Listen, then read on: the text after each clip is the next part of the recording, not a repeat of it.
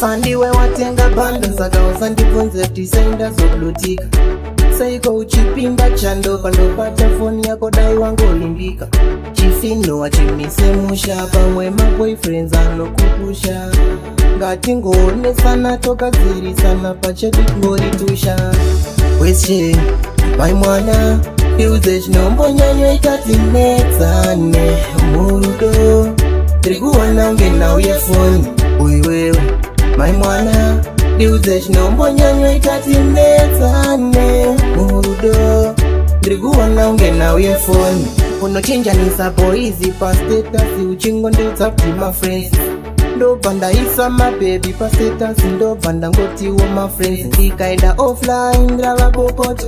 pamwe ifoni yanga isina moto ndotozokola nevidhiyo kana kutozokumanda kuratidza mafoto question my mwana iudze chinombonyanyoita tinetsane murudo tirikuwana unge nauye foni uiwewe my mwana ndiudze chinombonyanyoita tinetsane murudo ndirikuona unge nauye foni ndikasakuisa padp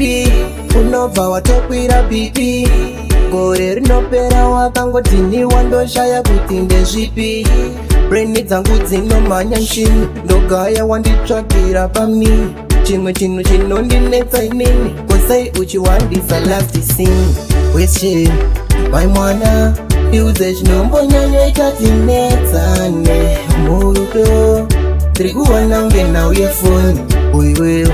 my mwana iudze chinombonyanyoita tinetsane murudo tirikuwana unge nauye foni unochinjanisa boizi pastatasi uchingonditsa kuti mafriends ndobva ndaisa mabebi pastatasi ndobva ndangotiwo mafriends ndikaenda offline ndava bopoto pamwe ifoni yanga isina moto ndotozokola nevidhiyo kana kutozokumanda kuratidza mafoto question my mwana iudze chinombonyanyoita tinetsane murudo tirikuwana unge nauye foni uiwewe my mwana iudze chinombonyanyoita tinetsane murudo ndirikuona unge nauye foni